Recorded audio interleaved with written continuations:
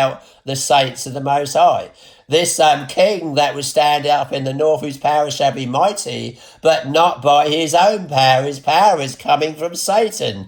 All of this culminating and climaxing in Daniel chapter 11. So reintroducing the kingdom of the king of the north, and therefore reintroducing the little horn of Daniel chapter 7, the little horn of Daniel chapter 8, the prince of the covenant that would stand up in Daniel chapter 9, the one that would confirm the covenant with many for 1 week, being 7 years. This king will stand up, and therefore the angel now leaps into the last part of this vision and prophecy and talks, as he always did, of this last king that would stand up before the second coming of Jesus Christ. And he talks of how he comes to power in the north. Personally, I choose to see this as talking about how this king will worm his way in, how this king will snuck in, how it will come in with deceit, how he, in fact, will start out small and will wax great. The little horn will indeed wax great. It starts out small, he starts out small, symbolises little horn. And so it says in verse 21, in his estate, in the place of the former king, shall stand up a vile person. This is the Antichrist. St. Paul called him man of sin. Latter time, a man of sin will stand up. So it's a man. In his estate, the place of the former king of the kingdom of the king of the north, the Seleucid world empire in the last days. It won't be called the Seleucid empire. We still have Syria. It was Syria back then. You wonder if he's going to snuck into Syria. Indeed, you have communism, Putin in Syria, keeping the peace here. And don't forget, the Antichrist uses peace to worm his way in. He comes in with a special military operation bringing peace. But actually, underneath it all, it turns out he's a vile man. The Antichrist might even start out as a good man. He might even be working under Satan, and Satan appearing to him as an angel of light. Well, this is the broad picture of the last days, but indeed, underneath it all, he's actually a vile person. This prophecy here, foretelling of this Antichrist that will stand up in the north, and his estate in the place of the former king, shall stand up a vile person. This is indeed the Antichrist, the man of sin, to whom they shall not give the honour of the kingdom. Well, he doesn't get the honour of the kingdom, so he's a dishonourable man. It stands to reason. They don't give him the honour of the kingdom. He's a vile person. He's trying to worm his way into the seat of power. He's trying to come in to present himself as the king of the kingdom of the north. It says he's the little horn, and that he's more stout than his fellows. He's a very determined man. He's a stubborn man. He's a pushy man. He's a belligerent man. He's a man that doesn't give up. He's a man that's going to wax great, so much so that he waxes great even to the host of heaven and casts some of the host to the ground and the stars to the ground. These being the children of God in the last days, that the Antichrist will indeed trample upon, but he doesn't stop there. He magnifies himself even to the prince of the host, being Jesus Christ. So he's indeed the very Antichrist. He eventually thinks an evil form, becomes possessed of Satan, and starts challenging heaven, even heaven itself, waving his fist not only at the saints on earth in those days, but also waving his fist at heaven. In the last days, this is him. This is the Antichrist. This is the last king that stands up in the writings of Daniel chapter 11 before the second coming of Jesus Christ. It stands to reason. We're not talking Antiochus Epiphanes here. We're talking the Antichrist. What a lot of Bible scholars do, they go follow through on the history. They forget that the history of Daniel chapter 2, chapter 7, chapter 8, chapter 9 is an ongoing conversation with the angel Gabriel, and the angel Gabriel referring to former conversations, referring to this prince of the covenant, therefore referring to the prince of the covenant that confirms the covenant with many in the last days before the second coming of Jesus Christ. So, and in his estate shall stand up a vile person in the place of the former king, to whom they shall not give the honour of the kingdom. So he worms his way in, he's not in line for the throne. But he shall come in peaceably, uses peace methods to get in. You see Putin, I'm not saying Putin's the Antichrist, but you see an Antichrist, a picture of the same, let's say. Well, Putin is certainly a pushy man, a belligerent man, a stubborn man. Does anyone on this earth believe he's going to give up? You ask any person on this earth, will he give up? No, he won't. He's a pushy man, a stubborn man, a belligerent man, and in him you see the characteristics of Antichrist. Now, he could be a forerunner of the Antichrist. He's simply tuned into the prince of the power of the air. We know there's the prince of the power of the air, and the course of this world is going according to the course of the prince of the power of the air, the spirit that now working in the children of disobedience.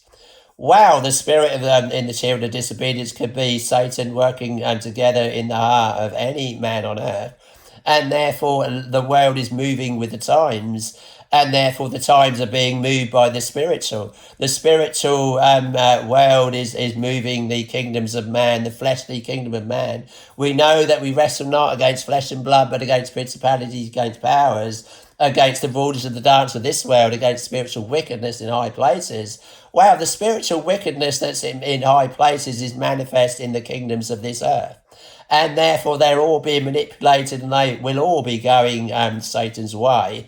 Whether they appear to be on this side or that side, whether they appear to be two sides of the same face or not, whether they're all out for the kingdom of man, whether they're all out for the kingdom of Satan. Either way, each one would be manipulated by Satan himself. If you're not with Jesus, then you're against him.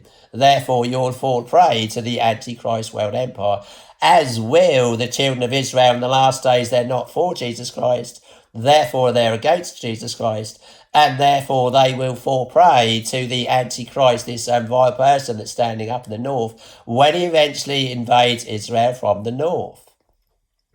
So in his estate, in the place of the former king, shall stand up a vile person, to whom they shall not give the honour of the kingdom. So he's not in line for the throne, but he shall come in peaceably and obtain the kingdom by flatteries. He has men's persons in admiration because of advantage, like a man wants to get a woman in bed. Therefore he'll flatter her because he has ulterior motives. Well, it's much the same with the Antichrist. He wants these kingdoms under his bow. Therefore, he uses flattery. He has men's person in admiration because of advantage. These are the tactics of the Antichrist coming in the last days. He's going to use flattery. He'll make people feel special and important and offer them promotion in his kingdom, in other words. He'll come in peaceably. He says he's a man of peace, but he's actually a man of war. And with the arm, verse 22, with the arms of a flood shall they be overflown from before him.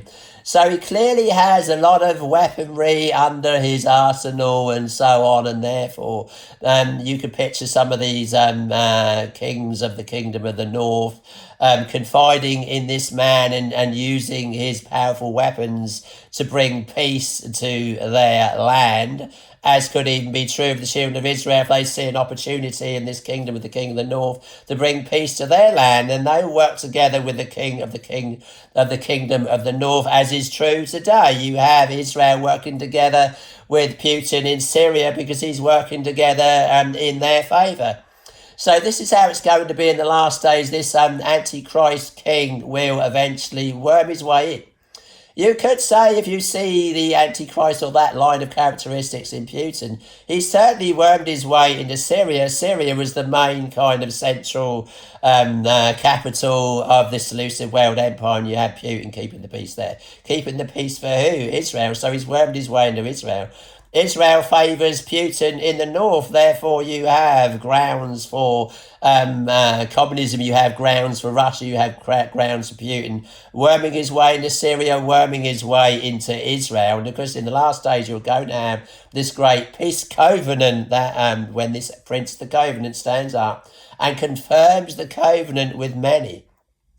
You'll have a king that stands up with so much political clout that he'll work together and favour the Jews in the last days, he'll favour Israel in the last days, and they'll see him as the long-awaited and foretold Messiah that comes and works together with them in their favour, giving them the kingdoms of this world, but he working together with them, and then double crosses him, breaks the covenant. Now, Jesus Christ will never break the covenant. This Antichrist will indeed break the covenant. He confirms the covenant with many. for 1 week for 7 years, but in the midst of the week he causes the sacrifice and oblation to cease. In other words, he causes the sacrifice and religious worship of the Jews to cease, and then places the abomination of desolation. This is that same king that stands up in the north. This is not talking about Antiochus Epiphanes. It's talking, Antiochus Epiphanes means Antiochus, one of these bloodline kings that came from the Antiochus family line of the Hellenistic era, and he sets up, he forbids worship of the Jewish worship in the temple of his day. You're talking about 170 BC, his day.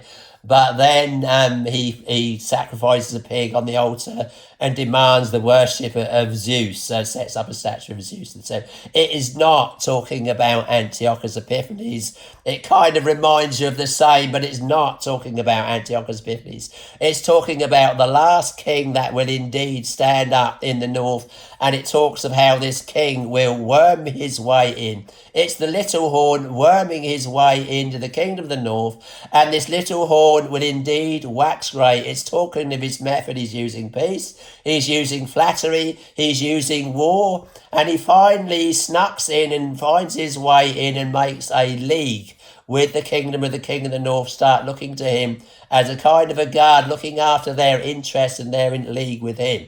In fact, the kingdoms of the king of the north will be in league eventually with this little horn. In fact, even the children of Israel will be in league with him, as they are already. They're in league with Putin, because they see him as working together in their interest in keeping peace in Syria, keeping Iran out, and all this sort of stuff which favours Israel in the last days. So it's kind of the groundwork, you think, to the Holy Covenant in the last days. So with the arms of a flood shall they be overflowed from before him. This great peacekeeper might use war to bring peace, and shall be broken. So imagine this, that you have this king come in, he's got great weapons of war, he's got a nice big army, he's got all these modern day weapons, he can, he's bigger and better than other kingdoms around him, he can throw his weight around, he's the bully of the area, let's say, and no one dare tackle him. Where you have him come into your country as a peacemaker, then he can keep your enemies out and he will favour your country, and therefore he favours Israel. Israel is caught up in the middle of all this, and Israel making these various concessions and alliances with these various kings. In that day, the Seleucid World Empire or the Ptolemaic Empire in the south. But in the last days, aligning with the very king of the north, with the very Antichrist, and assuming him or believing him to be the long-awaited and foretold Messiah. So with the arms of a flood shall they be overflown from before him, and shall be broken. Yea, now the angel makes his great announcement. He comes to his point. Yea, also the prince of the covenant. What he's saying here is, yea, also this is the prince of the covenant. The way it's put in Old English might suggest that this prince of the covenant is broken. No, this kingdom, this prince of the covenant is not broken. This indeed is the prince of the covenant. Yea, also he's saying the prince of the covenant. Yea, also what I'm talking about here is the prince of the covenant. This is him.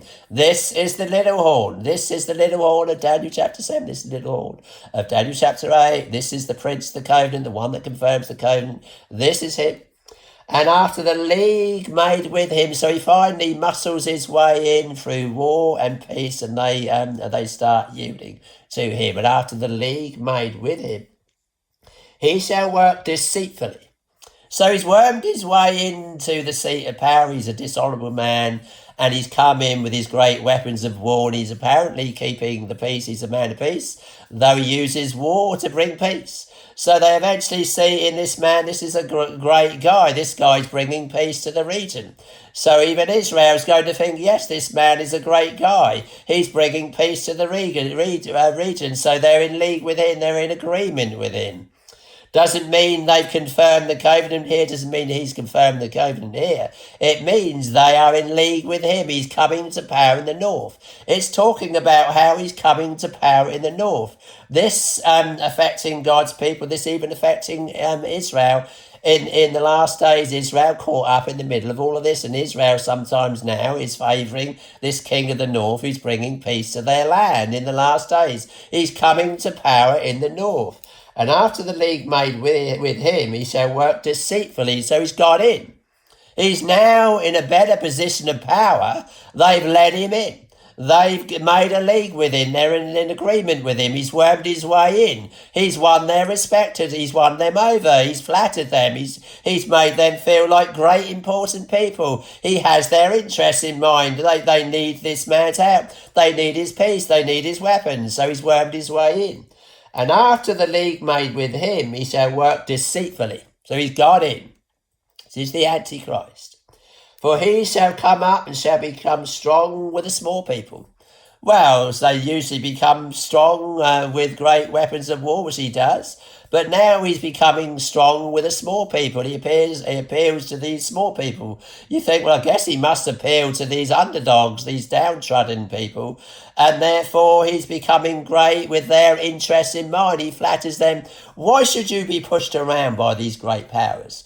Why should you be pushed around by these great capitalistic empires? Why should you be pushed around by these tyrants? Why should you be pushed around by these kings that come in and pillage and rape and kill and destroy and take and steal? Why should you continue to let these oppressors oppress you and steal all the money from you and steal all the riches from you and steal all the riches and hoard them up for themselves? So he's bringing in a new form of government. He's going to do something which his fathers have not done. So he's bringing in really a form of communism, taking from the rich and giving to the poor. So he's coming to power with the little people. And after the league made with him, he shall work deceitfully. For he shall come in and shall become strong with the small people. He shall enter peaceably upon the fattest places of the province, and he shall do that which his fathers have not done, nor his fathers' fathers. He shall scatter among them the prey, the spoil, and the riches. So he's taking from the poor. Something he's taking from the rich and giving to the poor. Something his fathers, his ancestors in these Seleucid world empires, these kings, they always oppressed the poor. They always stole from the poor and hoarded the riches away for themselves. They always went to war with other countries, stole their wealth, stole their riches, stole their gold, and hoarded it away from them for themselves. They didn't give to the poor. They themselves just got richer, this elite class at the top. Well, the Antichrist is saying it's enough of all of this. It's enough of this capitalistic Western world thinking. It's enough of Mystery Babylon the Great. It's time we rose up against the whore of Babylon. It's time we rose up against materialism. It's time we rose up against the corrupt West. It's time we brought in a power to the people government where the poor have all of these riches given to them. So he shall enter peaceably upon the fattest places, the province. This is all in the north. He's taking over the north. You picture, well, I guess some of these northern countries have succumbed to the Western world thinking of being exploited by the dictators in the Western world, exploited by the money-making warmongers, the money-making capitalists, the money-making merchant men of the West that manipulate the governments, the money-making under Mystery Babylon the Great, whore of Babylon kingdoms in the Western world. This really now is the kingdom of the king of the south in the last days.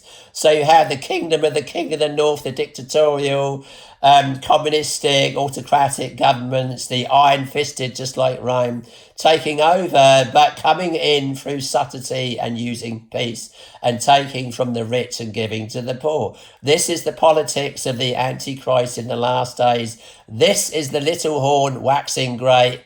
So much so that he waxes strong even and great even to the host of heaven.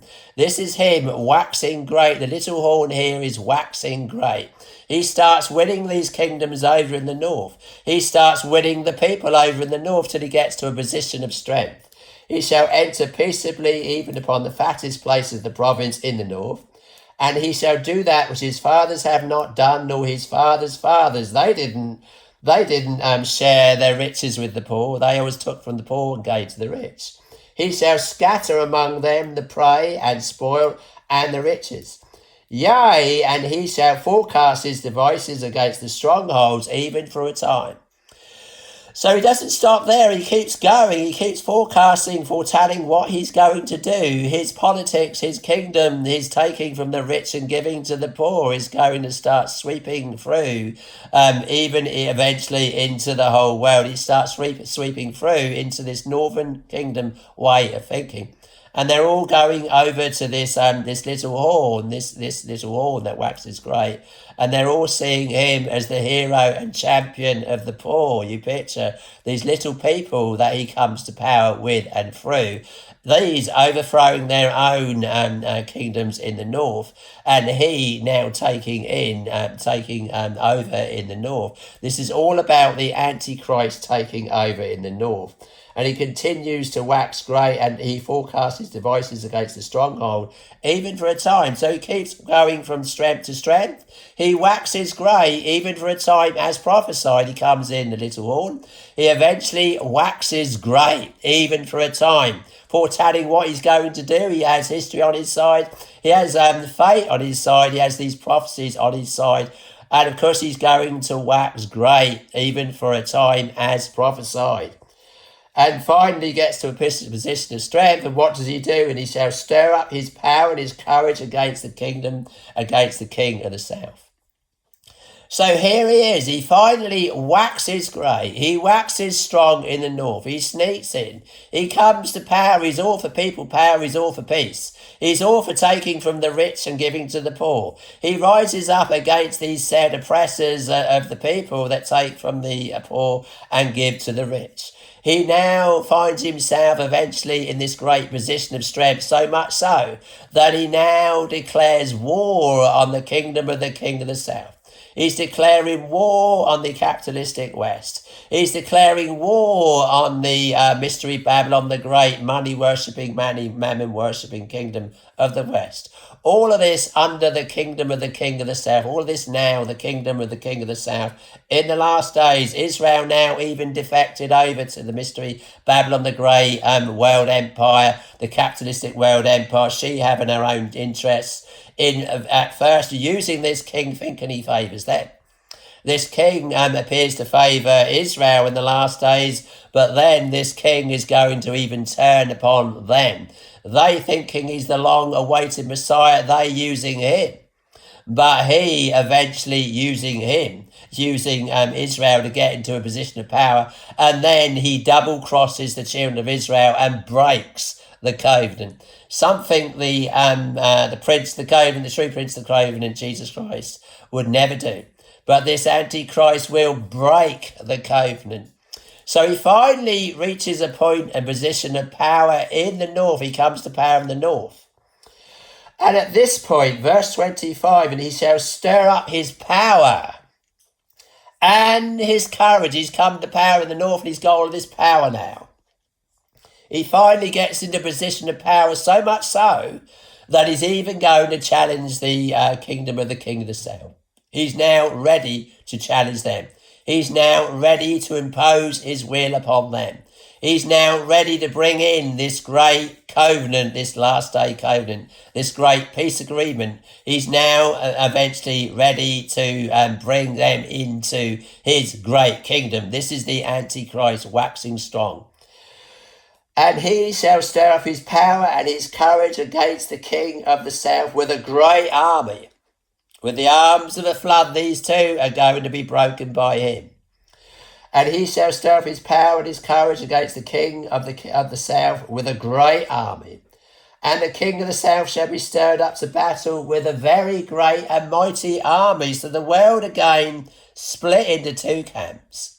You have dictatorships and democracies in the last days. Dictatorships, the kingdom of the king of the north. Democracies, the kingdom of the south in the last days. These are the politics now. The kingdom of the king of the north is now going to impose his will upon the kingdom of the king of the south. And so he shall stir up his power and his courage against the king of the south, and with a great army, and the king of the south shall be stirred up to battle with a very great and mighty army. But he shall not stand, for they shall forecast devices against him. The king of the south is not going to stand, in other words, for this king of the north is going to forecast devices against him. He's foretelling his evil schemes and plans. In other words, he's kind of prophesying here. He knows, in fact, that he has Satan on his side. He knows, in fact, that the kingdoms of the world are in the hands of the kingdom of Satan. He knows the way things are set to go. He knows he's destined to win here. And so he's forecasting his devices against the stronghold, even for a time. He's foretelling what he's going to do. He's foretelling his evil schemes and plans of what he's going to do. He's come to power in the north. He's now reached a position of power and strength. He wormed his way in. He's the little hallmark's great. He becomes so great, he becomes so powerful, he now thinks he's ready to take on the kingdom of the king of the south. He's going to take on the democratic world. He's going to take on capitalism. He's going to indeed bring down capitalism. He's going to indeed bring down the democracies of the Western world. He's going to indeed impose his will upon them. He's going to indeed insist that they enter into a covenant with him, an agreement with him. He indeed wants them to enter into this covenant with him, which will indeed be a religious element to this covenant, which will be the holy covenant. So indeed it's a covenant, it's an agreement that he's going to make with the West. He's in a position of strength. He's going to take on the Western world. He's going to take on democracies. He's going to take on capitalism. He's going to bring them under his will, under his arm, and he's going to get them to surrender and surrender to his terms of the agreement. He's going to favour Israel in all of this and bring them into a holy covenant. So the king of the south shall be stirred up to battle with a very great and mighty armies, but he shall not stand, for they shall forecast devices against him. They forecast his evil schemes and plans. Yea, they that feed of the portion of his meat. This is talking about the kingdom of the king of the south. Here's the strength of the iron in the kingdom of the king of the south. Yea, verse 26, yea, they that feed of the portion of his meat. In other words, those that sit round the same table, kingdom of the king of the south, these top ministers and alliances of kingdoms, all under democracy, they're all sat round one table here. And yea, they that feed the portion of his meat shall destroy him. In other words, there's saboteurs, there's double agents working together in the kingdom of the king of the south. Just as Daniel prophesied, there be in the feet the strength of the iron mixed in with the miry clay. These democracies, these iron dictatorships are mixed in together with him, with the kingdom of the king of the south. And they're going to be working together with this Antichrist, the great conspiracy, working together with him and bringing him in, sabotaging their own countries, telling the kingdom of the north the plans of the king of the south, and therefore the king of the kingdom of the north knowing exactly where to strike. These bringing the whole world into a great new world order under the kingdom of the king of the north, and the king of the north now rising to power and bringing the whole world under his strong arm and bringing them into this great holy covenant, favouring Israel and bringing the world into a holy covenant. Yea, they that feed of the portion of his meat shall destroy him. In other words, saboteurs in the kingdom of the king of the south, destroying the kingdom of the king of the south, destroying their own governments and the democracies, and bringing down capitalism, working together with the king of the north.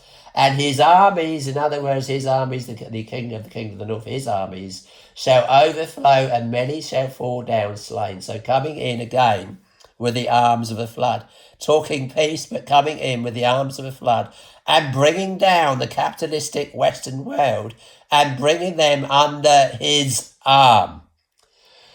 And then you have this great peace talk where they all sat round one table. This, personally, I choose to believe this is where the covenant is signed. This is where he confirms the covenant. This is where he confirms the covenant with many. He rises to a position of power and strength. He gets all of his courage up and takes over, starts this great war with the king of the south, with the kingdoms of the king of the south, in fact. And he wins in this war, many shall fall down slain. Now he's in a position to impose his will upon them all. They all have to agree to the terms of the surrender. And therefore, he now imposing his will upon them. He favouring the Jews still in this prophecy and bringing the world into a holy covenant, him favouring the religious elements in all of these various governments and bringing them all into this holy covenant. So in Daniel chapter 9 verse 27, and he shall confirm the covenant with many for 1 week. Here he is confirming the covenant. He comes to power in the north. He starts this great war with the kingdom of the king of the south. He overthrows these democratic, slushy, clay-like governments. And now he imposes his will upon them. And they're all sat round one table in verse 27. And both these kings' hearts, so here they are sat round the table, shall be to do mischief. They're all reluctantly agreeing to this holy covenant, in other words. And both these kings' hearts, the king of the north, the king of the south, king of the north and all of his allies, the kingdom of the king of the south and all of the allies of the king of the south, shall speak lies. The kingdom of the king of the south, don't forget, is largely Israel. Israel was always south of the king of the north. Who's the kingdom of the king of the south now? Back then it was Egypt. Where is Israel now? Yeah, they've gone back to the land of Israel, granted, but their hearts are still in Egypt. The kingdom of the king of the south is all under Israel. Israel is largely the king of the kingdom of the king of the south. All of these various countries of the democratic world, the capitalistic world, are all under Mystery Babylon the Great, the mother of harlots and abomination of the earth. In her was found the blood of saints and prophets and all that was slain upon the earth. In the children of Israel in their past, there's the blood of saints and prophets. These all part of Mystery Babylon the Great. So the kingdom of the king of the north, these shall hate the whore, the Antichrist here imposing his will upon the kingdom of the south, being largely the capitalistic Western world. All part of the kingdom of the king of the south. Well, both these kings' hearts shall be to do mischief, and they shall speak lies at one table, but it shall not prosper. So they sat round one table, apparently talking peace. But they're all talking mischief, they're all lying to each other. For yet the end shall be at the time appointed. So it's saying, and both these kings' hearts shall be to do mischief. In other words, they're all sat round one table. The king of the kingdom of the north has won in this great war. He's now imposing his will upon the kingdom of the king of the south. And both these kings' hearts shall be to do mischief. And they shall speak lies at one table, but it shall not prosper, for yet the end shall be at the time appointed. The end is prophesied to happen. This angel's come in to prophesy the end as it will happen in the end times, as prophesied by God. So though they're apparently making peace here, though they're entering into, in other words, this covenant, this agreement, which indeed will have a holy covenant element to it, it's a holy covenant because you have Israel in the mix here. You have the Holy Covenant in the mix here. You have the Prince of the Covenant who confirms the covenant with many in the last days here in this prophecy. What he's doing, he's imposing his will upon the whole world, and they're entering into an agreement, a Holy Covenant, in fact. And both these kings' hearts shall be to do mischief. They're lying round one table. The guns are still out under the table. And they shall speak lies at one table, but shall not prosper, for yet the end shall be at the time appointed as prophesied. This peace won't work. When they shall say peace and safety, then cometh sudden destruction upon them, and they shall not escape. So what you have is a form of peace and safety here, the signing, as it would appear, of the Holy Covenant right here in verse 27. This is where the covenant is all signed. But the guns are still out under the table. It's not a holy covenant. They're all speaking mischief.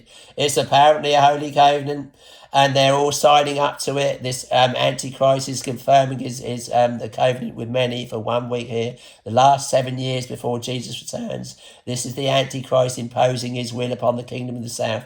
This is the Antichrist bringing all of these religious elements of all of these arguments that go on in the world together, and all signing this holy covenant agreement, the king of the south, communism, and capitalism now in one accord and putting down their weapons of war and making peace. The religions of the world are putting down their religious quarrels and weapons of war even and making peace. This being the great religious holy covenant that the Antichrist will confirm, as it says in Daniel chapter 9:27, and he, this false and fake Messiah, shall confirm the covenant with many for 1 week. Though it might not be announced as 1 week, they might think it's going to go on forever, but the angel's already told us. He already told us it's going to be the last week of Daniel, the last 7 years. We know that when they confirm this covenant with many, when the Antichrist confirms the covenant with many, we're looking at the last 7 years of world history before Jesus returns. And so it says, for the yet the end, but it shall not prosper. In other words, this holy covenant won't prosper. This is where they signed the Holy Covenant. It has to be where they signed the Holy Covenant. Verse 27. Both these kings' hearts shall be to do mischief. They're lying to each other around one table, apparently entering into an agreement and even a Holy Covenant. And they shall speak lies at one table, but it shall not prosper, for yet the end shall be at the time appointed. The time appointed was prophesied in past prophecies. You're looking at the breaking of the covenant, which comes in as a result of the covenant being confirmed. The covenant will be broken in the midst of the week, as prophesied. This holy covenant that's supposed to bring the world into peace forever will fail after 7 years, as prophesied, and yet the end shall be at the time appointed. But it shall not prosper. This peace talk and agreement and holy covenant will not prosper, for yet the end shall be at the time appointed. Then, now here's the Antichrist, then the prince of the covenant, then shall he return into his land with great riches. He gets a lot out of this holy covenant. He's brought down the Western world. He's brought them into an agreement with him. He's got them all to sign up to his whole new world order. He's got them all under his iron-fisted arm. He's the king that stands up. He's the metal. He's the iron-fisted rule of Rome, in this sense, coming in. He's a form of an emperor of Rome, and now he's brought down his iron-fisted arm and imposed his will upon them and stamped the residue, stamped all of these kingdoms with his iron fist. He's now got his stamp on them. They've entered into this holy covenant with him. Reluctantly, they're all lying round one table. Then shall he return into his land with great riches, and his heart shall be against the holy covenant. He's confirmed the covenant with many, but his heart is against it. He knows their heart is against it. He knows it's not a holy covenant, it's an unholy covenant. His heart is against the holy covenant. He's against the holy covenant right from the beginning. He was merely using the Jews to get into a position of power. He's now come to power in the north. He's overtaken the kingdom of the south. He's imposed his will upon them. He knows that they're all lying round one table. He smells a rat. Then shall he return into his own land with great riches, and his heart shall be against the holy covenant, and he shall do exploits and return to his own land. So he goes back, a bragger and a boaster. He's showing off his great power, his military muscle and might. He's jumping and leaping. He's won the war here. He's now king of the world. He's now champion of the poor. He's now brought the world into this great holy covenant. He's now put his kingdom above the kingdom of the king of the West. He's now king, lord and master. He goes away, then shall he return to his land with great riches. And his heart shall be against the holy covenant. And he shall do exploits. He exploits and shows off his great military muscle and might, and return to his own land. And at the time appointed he shall return and come towards the south. So time goes by. He comes towards the south again. I guess he's smelling a rat here. There's something stirring in the kingdom of the king of the south. The holy covenant is starting to go awry. He smells a rat. His heart is against the holy covenant. Their heart was against the holy covenant. They all signed up to this holy covenant. There was mischief as they all talked lies around one table. The guns were still out under the table. His heart was against the holy covenant. They all signed up reluctantly to this holy covenant. At the time appointed he shall return and come towards the south, but it's not before as the former or as the latter. Normally he'd come south and he'd always wave his fist and down on the kingdom of the king of the south and smash them. This time there's a stir of war in the air. The peace covenant is all going wrong. And suddenly there's war. It shall not be as the former as the latter. So the peace is now being broken. Something is changing. The peace is being broken. For the ships of Chittim, that's British warships from Cyprus, shall come against him. The covenant is now being broken. Therefore he shall be grieved. The covenant is all going wrong. He's king of the world. He's king of the castle. He's imposed his will upon them all. Suddenly they're all starting to get out of line. There's peace in the world, but now suddenly there's a stir of war in the air. He smells a rat. There's something going wrong. The covenant is being broken. He knows they all reluctantly signed up to it. Why aren't they submitting to it? Why aren't they submitting to my iron-fisted arm? Why are they daring to make war with me? He goes down south and suddenly there's these warships. So he goes down south towards Israel. In other words,